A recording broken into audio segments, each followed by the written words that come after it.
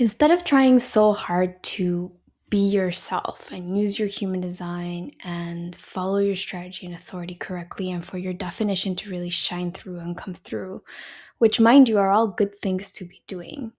But I want to invite you to try something different that's been really working for me, which is observing your not self. Because not self, it's not just this concept that is up in the air and means nothing. The not self is really the little girl inside of you who created this armor to be able to survive in the world. And the psychology of that girl is going to be different for everyone. It's going to depend on your own design, but it could be something like, the world is not safe for me to live in it, and so I have to protect myself, or I am not valuable, I need to fix myself, there's something wrong with me, and so I will spend my whole life trying to fix myself to be able to be of value in the world. And there's a way to look at your chart through this lens of the not self, and it's really magical. I've been working with my clients like this, and with my community and with myself in my own life. What is so magical about it is that you really start to see what is running you underneath it all, the beliefs underneath it all, the ones that you don't even notice anymore. Okay. And this is especially true if you resonate with being someone that has been in a spiritual path or in a personal development path for I don't know how many years. The spiritual growth sometimes can even start becoming a hindrance, or the personal development path can start becoming a hindrance, because what happens is now you've attained all of these tools and you really understand things as an adult from a higher perspective, and you can look at your life from a higher lens.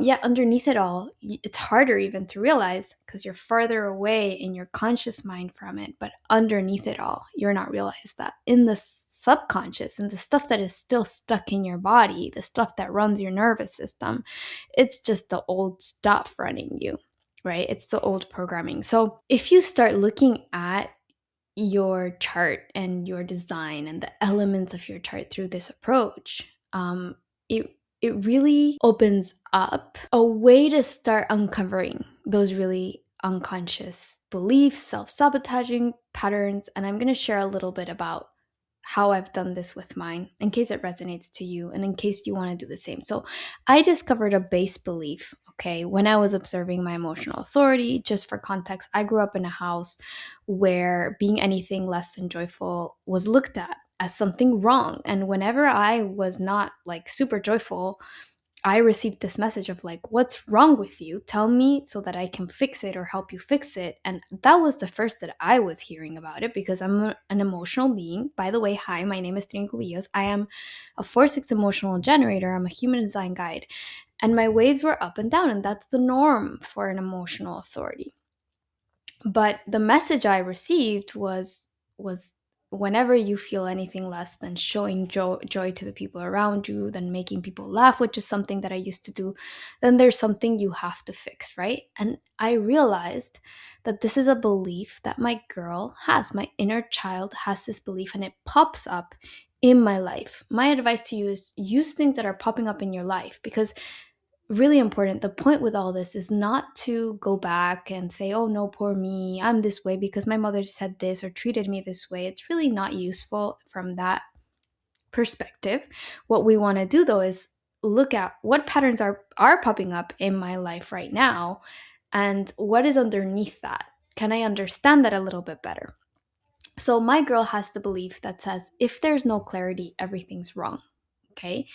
And I just shared with you the conditioning about my emotional authority from the lens of like, it's not good that it's not good to feel anything other than joy. That could be another example of a belief that I have worked with and could work with based on the conditioning that I told you. But this was just came from other observations and what's popping up in my life right now. And I came up with this belief that I really realized that when I have this moment of crisis or anxiety pop up, something that happens to me, that this is the belief underneath it all. If there's no clarity, everything is wrong. If there's no clarity, everything is bad. The world is ending, something terrible is happening, and it feels really intense. And it feels intense in my body. There's tightness, there's tension, there's nervous and urgent energy. And then the mind comes in right behind, right? With a familiar pattern of I need to figure things out, and nothing will be okay until it is solved. And this is what then ends up driving me. And in the past, this is a pattern that then I would just force that, like figuring stuff out literally with a paper and a pencil, trying to solve whatever the problem was. Even if from my adult mind, I know that you can't solve a problem from the same frequency that you created it. That's a truth that I know very much is true. But then in those moments, emotion and uncomfortableness being so bad, so overwhelming, that the pattern is to go and try to fix. And so in the past, what I would do is literally force that and get to a clarity that wasn't really a true clarity, and then move from there, make decisions from there, and then chaos would happen because 2 days or 2 weeks after the decision was made, it didn't feel good anymore. And this is kind of the toxic cycle that an emotional person can get into when making decisions, or one of the toxic cycles. But human design gives you that different place to stand, and it tells you become the observer of your experience. You are not that drama, you are not that experience, you are not that not self, right? And what I'm adding on here is that is just your inner girl still trying to protect herself. So I became the observer, and what I've been doing is I speak to the girl from the observer's perspective, and I can tell her the truth, because what you really have to understand is that whatever is showing up in your not self, or your inner girl, whatever you want to call it, is not true. It cannot be true. That's why there's a not in front of the not self, right? It really isn't true. And that means that you can disprove all of these really, really base beliefs that you might not hold consciously anymore, but that are still running the show for you. I told her, I write this down, I do this practice, and I told her, it's not true that no clarity means everything's bad. If you have an emotional authority and you believe that, then you're really, messed up, because that means that you'll experience life as bad at least more than half the time, because emotional authority isn't clarity most of the time. Clarity for an emotional person is a moment. Clarity is a moment where you are ready to take that decision. And then once you make that decision, there's a new cycle that it opens up of no clarity. And then another wave begins and another cycle. And because you're always going in a new direction. And so it really acts more as like no clarity, no clarity, no clarity. And then there's clarity. And so if you think about that, if you just see that that's the way you function, then you notice how flawed it can be to just want clarity, because then you're wanting just a part of the process, and that's not possible. So you're really going to suffer through those other parts of the process. But the truth, so what I'm telling my girl, like I'm literally communicating this to her, is that the in-between state isn't a problem. It's just a system. It's just the way you work. And it's the part of the process where you're gathering data and you're receiving what you need, the perspective you need, right? People with emotional authority need to look at things from a different perspective to get a full picture. And then you have the information to when it is the right time to move correctly. So I've simplified this. It could be more nuanced than this, of course, right? Not everything's black or white, but I like simplifying things sometimes. What I told my girl was there's two states basically for you. One is where you're receiving information, and then there's another one where you are clear. You feel clear, and then you can move forward. One is motion, one is stillness, one feels like momentum, and one feels like stopping, and both are equally important. Both are part of your intelligence.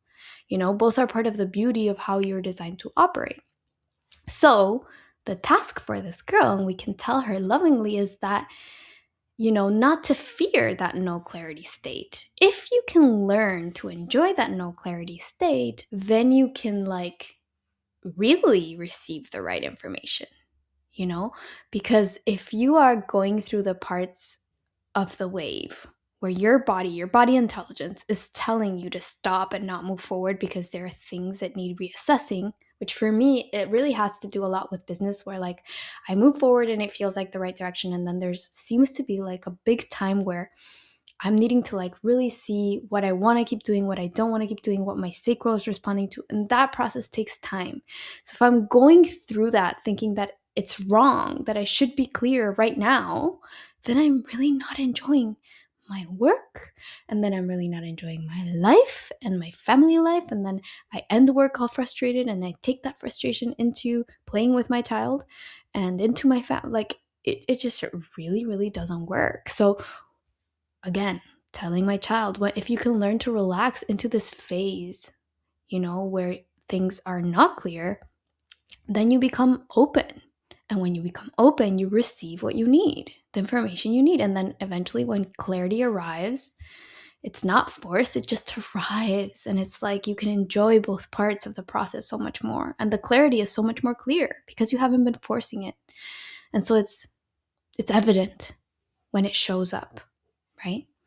So this is the evidence that I have given my girl based on a flawed belief stemming from looking at the mechanics of how my emotional authority operates. So if you sort of notice what I've been doing, it's like I look at the mechanics, this is how I operate, and I kind of was like, how have I learned the opposite? What forced me to be operating against this authority?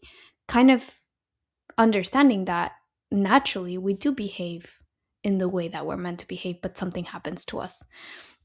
So that's one approach to kind of find the belief. And another approach is like, okay, what is showing up in my life as resistance that I can look at? And it was more the second one for this example, because it was like finding myself in this kind of, I need to figure this out right now state that really was, I was like, I need to get over this. This needs to stop happening in my life. And it has just worked very, very wonderfully. So this is the process that I've been not only doing myself, but doing one-on-one with clients and teaching my community as well. And what's been happening is really beautiful. When you can see the girl from the observer's perspective and you can offer a more precise truth based on your design and actual facts, something changes, okay? And there's a few things that changes. It's not just the one thing. It's not like you're like, okay, I've installed the belief and it's done.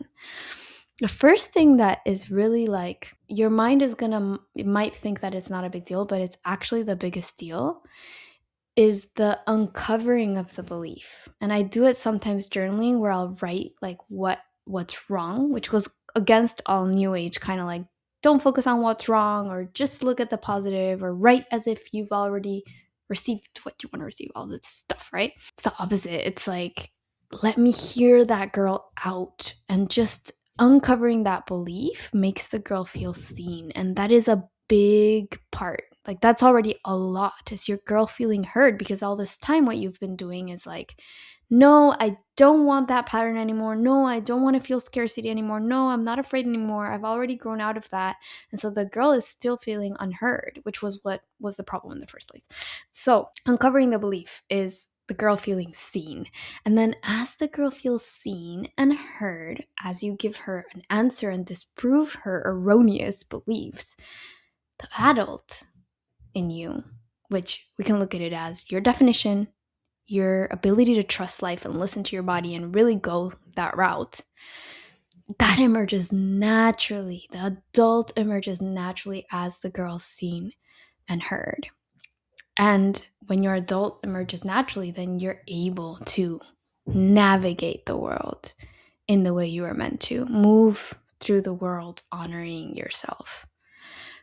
But it's sort of like at least this is like my work. I'm just sharing it because this is what I've seen with 6 years working with this tool. Is we're trying to like get here, which is honoring myself and like following my design and my strategy and authority by like just focusing on who we are and the right mechanics. But it's sort of like taking a step back and looking at what I'm actually doing, what's actually showing up, what patterns already run me, and giving that the like time and presence it needs, the body awareness it needs, that then naturally we get to this that we were trying to get to. But because it's sort of like we've gone back to things that have been unresolved, and giving them the attention it needs. So this is the first time in a while that I've been sharing in English, and so it's also like a very new perspective because I've been working with this method with clients for a couple months now, but before that I was just working with myself. So I'm very excited to hear if this resonates with anyone out there. And yes, if you have emotional authority, I would love to know if this was helpful.